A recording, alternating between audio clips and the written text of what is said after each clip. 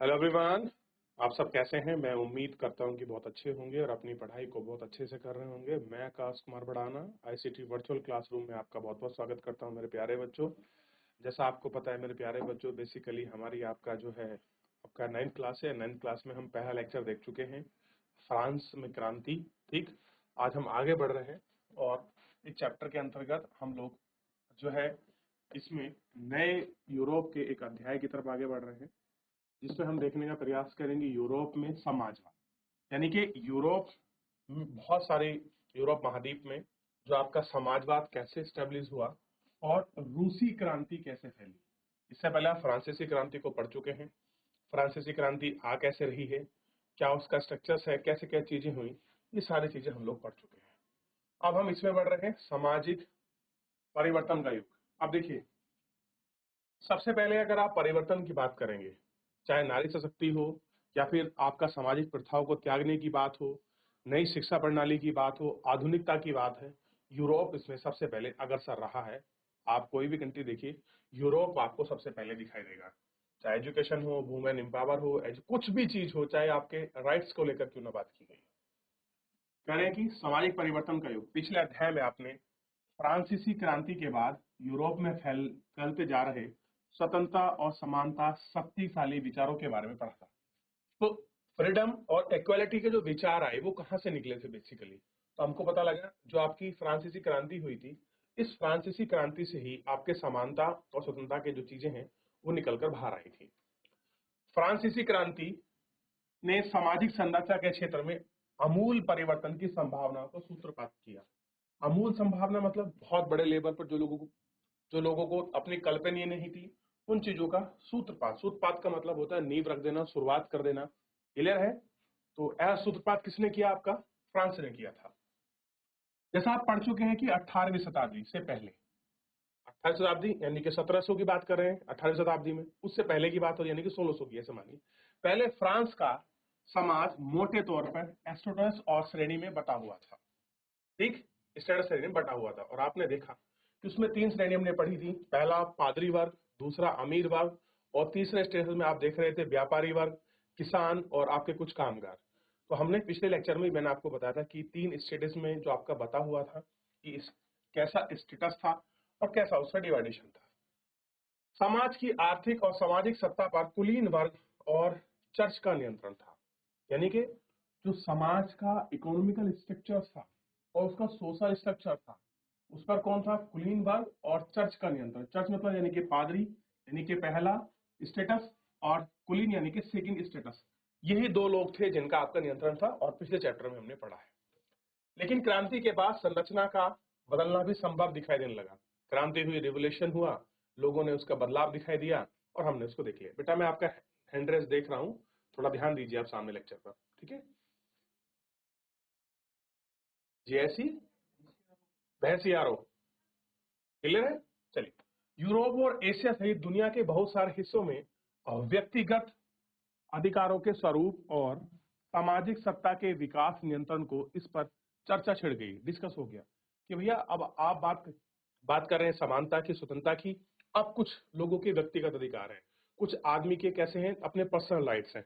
जैसे आज देखिए, आप आर्टिकल 19 पढ़ते हैं तो बहुत बड़ा विस्तृत रूप है, आर्टिकल 21 पढ़ते हैं तो उसमें बहुत बड़ा विस्तृत रूप है। तो आपको पता लगेगा, अगर आप चाहते हैं कि भैया कुछ आपके व्यक्तिगत राइट्स हैं, आप चाहते हैं कि मैं एकांत में बैठूं, कोई मेरे को डिस्टर्ब ना करे, ठीक है, मैं चाहूं कि बिल्कुल मैं किससे बात ना करूं, तो ये मेरा राइट्स है। तो ऐसे आप पढ़ोगे तो बहुत सारे आपको व्यक्तिगत अधिकार जो हैं वो आपको दिखाई देंगे। क्लियर है? ठीक। राजा राम मोहन राय और रियो डी जेनेरियो ने फ्रांस क्रांति के महत्व का उल्लेख किया है।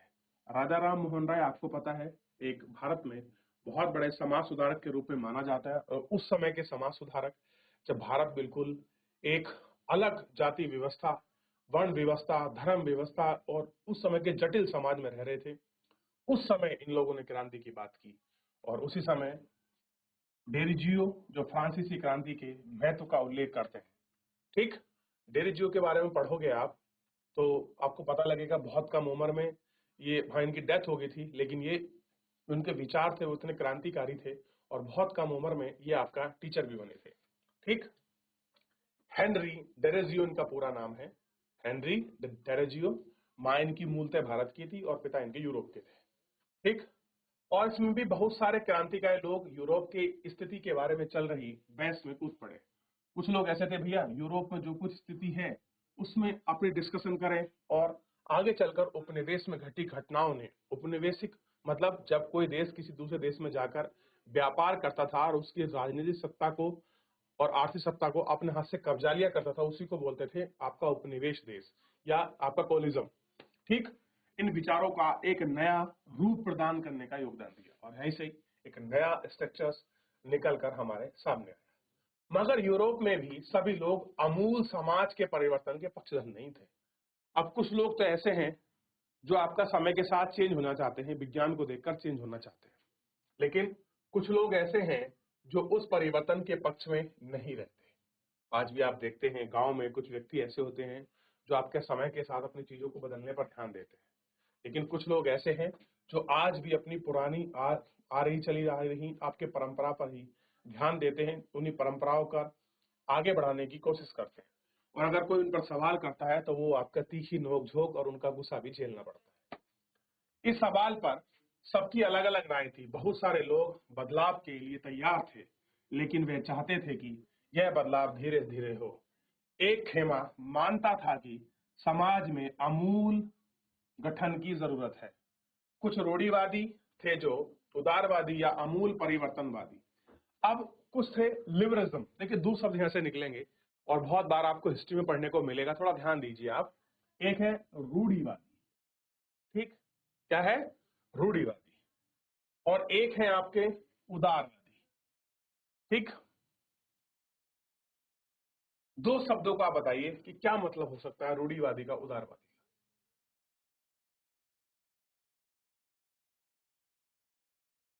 एक हो गए आपके कंजर्वेटिव सोच के, एक हो गया आपका लिबरल, जो आपके लिबरल है। देखिए, रूढ़िवादी वो व्यक्ति होते हैं जो अपनी चली आ रही परंपराओं में बदलाव नहीं चाहते, वो रूढ़िवादी व्यक्ति, ठीक। उदारवादी वो होते हैं या अमूलवादी वो होते हैं जो समय के साथ अपने आप को परिवर्तन कर ले जाते हैं, ठीक। अब देखिए, परिवर्तनवादी यानी कि आपका रेडिकल कहते हैं, अमूल का अमूलवादी कह लीजिए, उदारवादी कह लीजिए, परिवर्तनवादी यानी कि रेडिकल कह लीजिए, समाधान के पक्ष में थे। उस समय के संदर्भ में इन शब्दों का क्या मतलब था, राजनीतिक इन धाराओं में क्या फर्क था, कौन कौन सी बातें थी जो समान थी। यहाँ हम ध्यान देना चाहिए कि शब्दों का अर्थ हर एक काल में, परिवेश में एक सा नहीं है, यानी कि हर टाइम पीरियड में, हर क्षेत्र में, हर जगह में एक सा ही मीनिंग आपका नहीं रहेगा चीजों का। तो सबसे पहले इतना मुझे बताइए, अभी हमने देखा यूरोप के समाज से कौन कौन से परिवर्तनकारी युग थे, कौन कौन सी चीजें बाहर निकल रही थी जो विश्वव्यापी चर्चा का मुद्दा बन रही थी। देखिए बच्चों, बताइए, कौन बच्चा बताएगा? चलिए, देख लिया, आगे बढ़े। कोई डाउट किसी बच्चे का, कोई क्वेरी? यूरोप के समाज को आपने देख लिया, जो कंजर्वेटिव होते हैं उनको हम रूढ़िवादी कहते हैं, लिबरलिज्म जो आपके लिबरल्स होते हैं जो उदारवादी होते हैं, रेडिकल जो आपका परिवर्तनवादी है, समाधान और पक्ष में, इतना हम लोग देख चुके हैं। थोड़ा सा आगे बढ़ते हैं। कह रहे हैं कि इस अध्याय में हम 19वीं शताब्दी के कुछ महत्वपूर्ण राजनीतिक परंपराओं का अध्ययन करेंगे। कौन सी 19वीं सदी? यानी कि 1800 के आसपास में जो कोई आपकी पॉलिटिकल, जो आपकी अपने ट्रेडिशनल थे, उनका हम अध्ययन करेंगे और उन परिवर्तनों के संदर्भ में क्या असर डालते हैं। हम ऐसी ऐतिहासिक घटनाओं पर अपना ध्यान केंद्रित करेंगे। कैसे करेंगे? अपना ध्यान देंगे जिसमें समाज के रेडिकल पुनर्गठन की एक गंभीर प्रयास है। रेडिकल मतलब आपके परिवर्तनवादी, परिवर्तनवादियों का पुनर्गठन, आपकी चीज को चेंज कर रहे हो, फिर वापस आप इकट्ठा तो होना पड़ेगा ना, समाज को बदलेंगे, तो उसके लिए गंभीर प्रयास किए गए। अब रूस में हुई क्रांति के फलस्वरूप समाजवाद और 20वीं सदी का स्वरूप तय करने में सबसे महत्वपूर्ण शक्तिशाली विचार। अब दो चीज देखेंगे।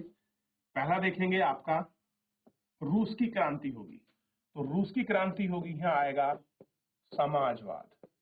तो एक तो हमको रूस की क्रांति के साथ हमको पढ़ना है समाजवाद, और रूस की क्रांति को समाजवाद के पढ़ने के बाद हमको पढ़ना है आपका उदारवाद, और उदार के बाद पढ़ना है हमको रेडिकल। ठीक, देखिए कुछ चीजों के बारे में पढ़ना है जो शब्द बड़े व्यापक है, उनकी संरचना कहां से निकले।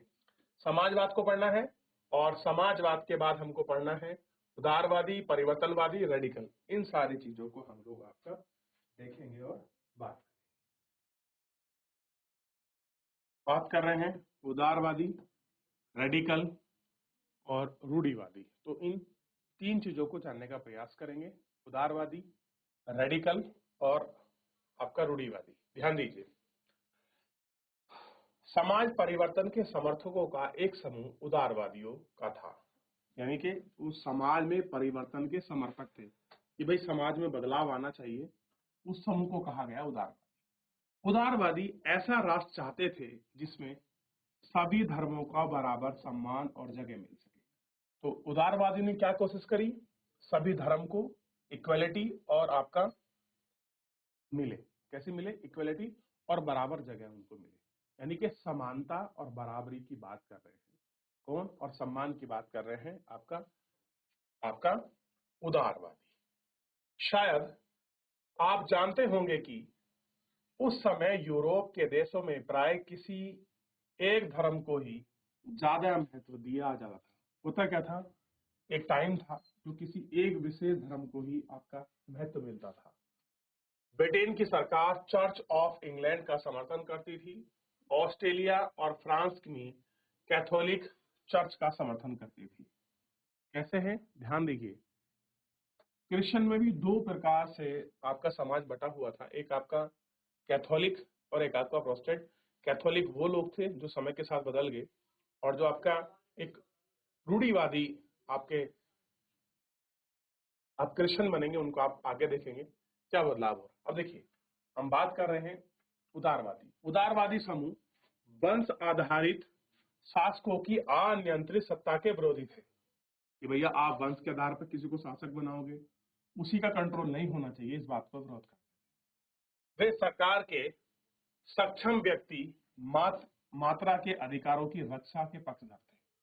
उनका कहना था कि सरकार को किसी के अधिकार का हनन करने या उसे छीनने का अधिकार नहीं दिया जाना चाहिए। सरकार को क्या नहीं होना चाहिए, आप किसी के अधिकार न छीने, उनके छीनने का अधिकार आपको नहीं होना चाहिए। यह समूह प्रतिनिधित्व पे आधारित ऐसी निर्वाचित सरकार के पक्ष में था जो शासकों और अफसरों के प्रभाव से मुक्त और सुशिक्षित न्यायपालिका द्वारा स्थापित किया गया था। कानून के अनुसार शासन कार्य चलाएं समूह लोकतंत्रवादी नहीं था। ये लोग सार्वभौमिक वयस्क मताधिकार यानी कि सभी नागरिकों को वोट देने के अधिकार के पक्ष में थे। कौन, उदारवादियों का पक्ष क्या था कि भैया अगर वोटिंग राइट्स हो तो सार्वभौमिक हो, यानी कि सबको वोट देने का अधिकार हो, चाहे महिला हो या पुरुष हो, उन सबको वोट देने का अधिकार के पक्ष में होना चाहिए। लेकिन ये नहीं थे, ये सार्वभौमिक वैश्विक अधिकार के वोट देने के अधिकार के पक्ष में नहीं थे। उनका मानना था कि वोट देने का अधिकार केवल संपत्तिधारी को ही मिलना चाहिए। अब आप कह रहे हैं कि वोट किसको मिलना चाहिए, केवल संपत्तिधारी को। जैसा आपने पिछले लेक्चर में पढ़ा और देखा था कि उस समय टैक्स देने का अधिकार किसको था, जो आपका तीसरा स्टेटस था उसको, ठीक है। लेकिन वोटिंग राइट्स किसके पास था, जिसके पास अपनी प्रॉपर्टी थी, जो संपत्ति में आते थे। 2.8 लाख 2 करोड़ 80 लाख में से केवल 40 लाख लोगों को ही वोट देने का राइट था। तो यही बात इसमें कर रहे थे कि रूढ़िवादी और किससे जो आपके उदारवादी थे वो कैसे अधिकारों की मांग कर रहे थे, अधिकारों की बात करते, अधिकार छीन नहीं दिए जाने, समूह का प्रतिनिधित्व कौन करेगा, सरकार और अफसरों के प्रभाव से कैसे मुक्त होगी, इन सब चीजों पर वो अपनी बात कर रहे थे। देखिए एक बार आगे बढ़े। अब ये बात तो कर रहे थे आपका उदारवादी के बाद आगे बढ़े, और उदारवादी के साथ एक नया समूह था, इसके विपरीत रेडिकल, जिनको हम परिवर्तनवादी समूह कहते हैं। रेडिकल समूह के लोग ऐसी सरकार के पक्षधर थे जो आबादी के बहुमत के समर्थन पर आधारित हो। अब रेडिकल क्या कह रहे हैं, जो भी डिस्कशन हो, गवर्नमेंट का जो पक्ष हो वो किसी एक विशेष मेजोरिटी के हिसाब से होना चाहिए। इसमें बहुत सारे लोग महिला मताधिकार आंदोलन के समर्थक भी थे। भैया जो भी कुछ हो बहुमत के आधार पर ही फैसला लिया जाए। इसमें से बहुत सारे लोग महिला मत अधिकार के आंदोलन के समर्थक थे। उदारवादियों के विपरीत वो नहीं चाहते थे उदारवादी, ये लोग बड़े जमींदार और संपन्न उद्योगपति को प्राप्त किसी भी तरह के विशेष अधिकार के खिलाफ थे। कह रहे जो बाप के बड़े जमींदार हैं, संपत्ति उद्योग वाले लोग हैं, उनके अधिकारों के खिलाफ थे। वे निजी संपत्ति के विरोधी नहीं थे। कह रहे कि वो अपनी निजी संपत्ति के विरोधी तो नहीं थे, लेकिन बड़े बड़े जमींदार, बड़े बड़े संपन्न उद्योगपति उनके खिलाफ थे। लेकिन वे कुछ लोगों के पास संपत्ति का संकेंद्रण का विरोध जरूर करते थे। ऐसा ना हो जाए कि जो आपका मनी है, जो संपत्ति है, वो किसी व्यक्ति या विशेष के ही पर आपका उसका केंद्रण हो जाए, संकेंद्रण हो जाए, किसी व्यक्ति विशेष पर ही वो चीज रह जाए। ऐसा नहीं होना चाहिए। देख लिया। चलिए, तो ये मेन अंतर था आपका लिबरलिज्म और आपका रेडिकल में। रेडिकल को थोड़ा सा हमने समझने का प्रयास किया, ज्यादा नहीं बढ़ेंगे क्योंकि समय समाप्त हो रहा है। तो पिछला पूरा हमने आपका देखने का प्रयास किया, कैसे सामाजिक युग था, कैसे परिवर्तन के दौर के रूप में इसको देखा जाता है, क्या क्या चीजें हैं, इन सभी पर हमने एक एक करके देखने का और जानने का प्रयास किया है। फिलहाल जो है मेरे प्यारे बच्चों, आज के इस लेक्चर में इतना ही। मिलेंगे नेक्स्ट लेक्चर में। धन्यवाद।